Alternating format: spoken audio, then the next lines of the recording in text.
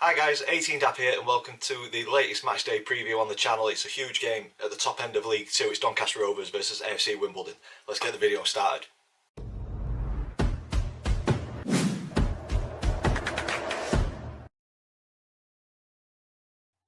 So guys, welcome to the latest matchday preview on the channel. If you're an existing subscriber, thank you so much for supporting the channel and continuing to do so. If this video has brought you to the channel and you like this sort of content, please consider clicking subscribe so you don't miss any future videos. And if this is the first video that you've seen, this is a format that we go through match previews. We'll look at previous meetings between the two clubs, current form across all competitions. I choose a Doncaster Rovers player to say a few words about, and then we have a look at the opponent's one to watch. But if you are a Wimbledon fan watching and you don't think the person I've chosen should be the one to watch for you tomorrow, get comments in the section down below. I do like to learn about all the clubs that we play across the season. And then we finish the video off with three predictions: predicted team lineup thanks to FanHub, the predictions league table that me and the family have got, and then the all important score prediction at the very end. So without further ado, let's get into previous meetings. Donny and Wimbledon have faced off a total of 16 times in our history, fairly even across the history as well, since Wimbledon we've reformed the Phoenix Club. Rovers have won 5, Wimbledon have won 6, and we've shared the spoils on 5 occasions. Drilling down into the more recent 5 fixtures, we go back to the 2022-23 season, where it was a 2-2 draw away from home and a 2-1 win at the Eco Power. And then last season, in the 23-24 season, we traded blows, a 2-0 defeat away from home and a 1-0 win at home. And then earlier this season, it was a 1-0 defeat away from home. So hopefully we can kind of replicate what happened last season and get an all-important 3 points tomorrow at home. Current form does potentially lean towards Donny in this one as well. Unbeaten in our last 5, we've got 2 draws, a win, a draw, and then a win in our last 5. Wimbledon, on the other hand, slightly worse form, with a win, 2 draws, a defeat, and then a victory last time out. But this is a huge chance for Wimbledon to leapfrog Donny and put pressure on us with our game in hand coming up on Tuesday. Currently, Wimbledon sit 2 points behind us in 5th, so yeah, a win will leapfrog them and just put the pressure on us in that game in hand. It's going to be a tough game. Wimbledon have got the sternest defence in the league, only conceded 31 goals in 41 games, which is incredible at this level. But they do have the joint lowest scoring record in the top 7, so I think if we do get that 1 goal tomorrow, it could be positive for us. So yeah, 54 goals scored, which is the same as the current 1st and 2nd place teams, Bradford and Port Vale. Home form has been key for Wimbledon this season. They sit 2nd in the home form table. Compare that to the 12th position they find themselves in their away form, away from home. So yeah, hopefully that's a good omen, and it's going to be a huge 3 points for Donny. Defeats against Morecambe, Bromley, Cheltenham and Swindon recently do show that Wimbledon can be got at. So yeah, if the tactics are right, personnel's right, there's enough chance to get a massive 3 points. But that defence does make me worried. We just need to break it down, get that goal, and it could be a vital 3 points in the chase for promotion. Wimbledon certainly want the 3 points as well. It's all to play for. We did leave it late last time out at Cheltenham, but we did end up running out 2-0 winners in the end. Not a stellar performance, in all honesty. I thought it was a game that was going to pass us by. Just didn't look that interested. From my personal opinion, I thought wayward passes, there was just kind of a lack of intensity, struggling to kind of get any sort of rhythm and momentum. But fortunately, we got a late goal and then the second goal even later on to get a massive 3 points, which could be a vital result come the end of the season. It means that the table is still in our control. Win our remaining games and we're champions. Really don't care about finishing 1st. It's all about finishing in that top 3. But yeah, winning all our games is much easier said than done. We've got 6 cup finals remaining to avoid the lottery of the playoffs, so hopefully we can get enough points on the board. I'm hoping in the next 4 games, if we can get 4 wins out of 4, I think that's enough, and we don't need to worry about Bradford and Notts County at the end of the season.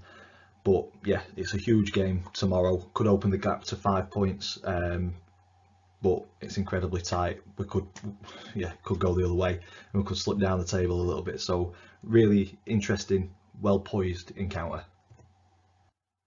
On to player profile. So for this one, I've gone with Jamie Sterry, our right back, 29 years old, such an important player to Donny, and I think he's shown that since his return from injury as well. Partnership between him and Molyneux down the right hand side provides a real good attacking threat. It makes the left-handed side of teams really question and puts them under pressure. So yeah, it's great to see him back in the team. It's great to see him back from injury. It's also great to see him commit his future to the club until 2027. I think he's got an option of a further year as well.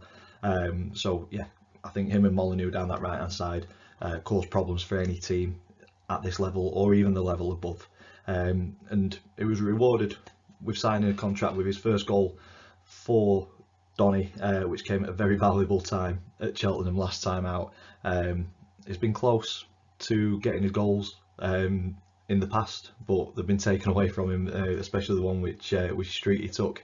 Definitely took a deflection off a Street, but this one also took a slight deflection, but it was off a defender, so Sterry certainly claiming that one. So I'm very happy to see him commit his future. Hopefully a couple more players that are out of contract in the summer will start committing their futures soon as well.